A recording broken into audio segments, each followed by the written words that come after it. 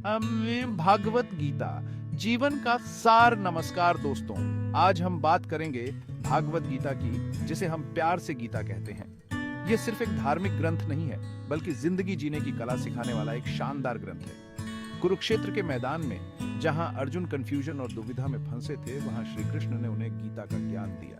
यह ज्ञान आज भी उतना ही इंपॉर्टेंट है जितना हजारों साल पहले था। गीता में जिंदगी, मौत, धर्म, कर्म, भक्ति और मोक्ष जैसे गंभीर विषयों पर बात की गई है। इस वीडियो में हम गीता के कुछ शोरली सिद्धांतों को आसान भाषा में समझेंगे और जानेंगे कि कैसे हम उन्हें अपनी जिंदगी में उतार कर एक अच्छा और संतुलित जीवन जी सकते हैं। गीता में कर्म को सबसे ज्यादा महत्व दिया गया है। श्री कृष्ण कहते हैं कि इंसान को कर्म से दूर नहीं होना चाहिए। कर्म ही जिंदगी का आधार है और कर्म किए बिना हम अपनी पूरी पोटेंशियल को प्राप्त नहीं कर सकते। कर्मण्येवाधिकारस्ते मा फलेषु कदाचन, यह गीता का एक श्योरली श्लोक है, जिसका मतलब है कि हमें अपने कर्मों पर ध्यान देना चाहिए, न कि उनके परिणाम पर। काम करते समय फल की चिंता करना मन को बेचैन करता है और हम अपना काम पूरी ईमानदारी से नहीं कर पाते। जब हम फल की इच्छा छोड़ देते हैं तो काम अपने आप में एक मेडिटेशन बन जाता है। हम काम को खुशी से करते हैं और यही खुशी हमें जिंदगी में सच्ची संतुष्टि देती है। कर्म का मतलब सिर्फ शारीरिक काम नहीं है, बल्कि हमारे विचार, भावनाएं और बोली भी कर्म के अंतर्गत आते हैं। इसलिए हमें अपने हर काम को ध्यान और प्यार से करना चाहिए, क्योंकि यही सच्ची आध्यात्मिकता है। गीता में मोक्ष पाने के लिए 3 रास्ते बताए गए हैं: ज्ञान योग, भक्ति योग और कर्म योग। ज्ञान योग आत्मज्ञान का रास्ता है। इसमें साधक ध्यान, चिंतन और आत्मविश्लेषण के जरिए खुद को और इस दुनिया के रहस्यों को जानने की कोशिश करता है। भक्ति योग प्रेम और समर्पण का रास्ता है। इसमें भक्त अपने भगवान के प्रति पूरी श्रद्धा और प्रेम में डूब जाता है। कर्म योग निष्काम कर्म का रास्ता है। इसमें व्यक्ति अपने कर्तव्यों को बिना किसी स्वार्थ या फल की इच्छा के पूरा करता है। यह तीनों रास्ते अलग अलग दिखते हुए भी एक ही मंजिल की ओर ले जाते हैं, आत्मा का परमात्मा से मिलन। हमें अपनी पर्सनालिटी और पसंद के हिसाब से इनमें से कोई भी रास्ता चुन सकते हैं। श्योरली है कि हम जिस भी रास्ते पर चलें, उसे पूरे समर्पण और ईमानदारी से निभाएं। गीता हमें यह सिखाती है कि जिंदगी में कोई भी रास्ता छोटा या बड़ा नहीं होता। गीता में आत्मा और शरीर के अंतर को बहुत ही सुंदर तरीके से समझाया गया है। शरीर नश्वर है, यह आता है और चला जाता है, लेकिन आत्मा अमर और अविनाशी है। नैनम छिंदन्ति शस्त्राणि नैनम दहति पावक, न चैनम क्लेदयन्त्यापो न शोषयति मारुतः। यह गीता का एक प्रसिद्ध श्लोक है, जिसका मतलब है कि आत्मा को न तो हथियार काट सकते हैं, न आग जला सकती है, न पानी उसे गला सकता है और न हवा सुखा सकती है।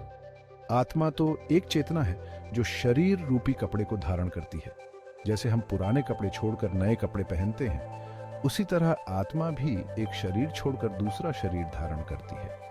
यह समझ आत्मा को शरीर से अलग देखने में मदद करती है। जब हम यह जान लेते हैं कि हम शरीर नहीं आत्मा है, तो जिंदगी और मौत का डर खुद ही खत्म हो जाता है।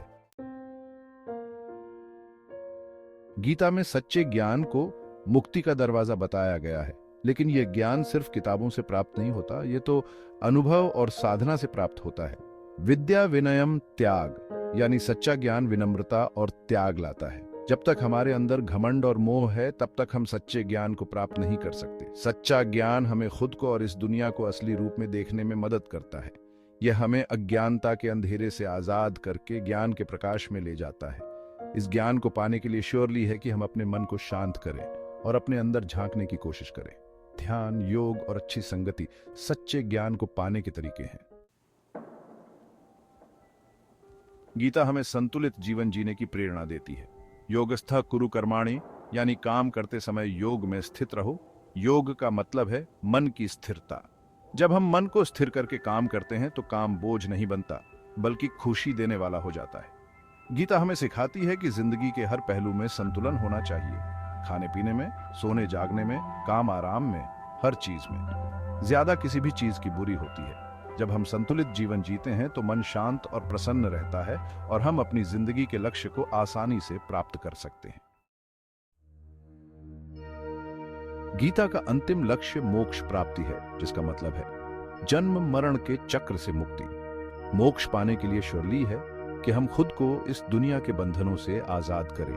हमें यह समझना होगा कि हम शरीर नहीं, आत्मा है, और आत्मा का स्वरूप अमर और अविनाशी है। जब हम अपने अंदर की दिव्यता को पहचान लेते हैं और खुद को परमात्मा से जोड़ लेते हैं तो हमें मोक्ष की प्राप्ति होती है। गीता में मोक्ष पाने के अलग अलग रास्ते बताए गए हैं, लेकिन सभी रास्तों का सार यही है, आत्मा का परमात्मा से मिलन। गीता में भक्ति को मोक्ष पाने का एक सरल और आसान रास्ता बताया गया है। सर्वधर्मान् परित्यज्य मामेकं शरणं व्रज, अहं त्वा सर्व पापेभ्यो मोक्षयिष्यामि मा शुचः। यह गीता का एक महत्वपूर्ण श्लोक है जिसका मतलब है कि तुम सब धर्मों को छोड़कर केवल मेरी शरण में आ जाओ, मैं तुम्हें सब पापों से मुक्त कर दूंगा, दुखी मत हो। भक्ति का मतलब है परमात्मा के प्रति पूर्ण समर्पण और प्रेम। जब हम सच्चे दिल से परमात्मा की शरण में जाते हैं तो वह हमारी सारी परेशानियों को दूर करके हमें शांति और आनंद प्रदान करते हैं। भक्ति का रास्ता सरल है लेकिन आसान नहीं। इसके लिए हमें अपने अहंकार और स्वार्थ को छोड़ना होगा और परमात्मा पर पूरा विश्वास रखना होगा। गीता में जिंदगी को सुख दुख का चक्र बताया गया है। दुःखेष्वनुद्विग्न मनः सुखेषु विगतस्प्रिय, वीतराग भय क्रोध स्थित धीर मुनिरुच्यते, यानी जो दुखों में विचलित नहीं होता, सुखों में आसक्त नहीं होता और राग भय और क्रोध से रहित है, वही स्थिर बुद्धि वाला मुनि कहलाता है। जिंदगी में सुख दुख आते जाते रहते हैं, यह नेचर का नियम है। जैसे रात के बाद दिन आता है वैसे ही दुख के बाद सुख जरूर आता है। हमें सुखों में ईगोई और दुखों में निराश नहीं होना चाहिए, बल्कि हर स्थिति में मन को शांत और स्थिर रखना चाहिए। गीता हमें सिखाती है कि सुख दुख तो जिंदगी के दो पहलू हैं, इन्हें अपनाकर ही हम जिंदगी में आगे बढ़ सकते हैं। दोस्तों, भागवत गीता केवल एक धार्मिक ग्रंथ नहीं है, बल्कि यह जिंदगी जीने की कला सिखाने वाला एक शानदार ग्रंथ है।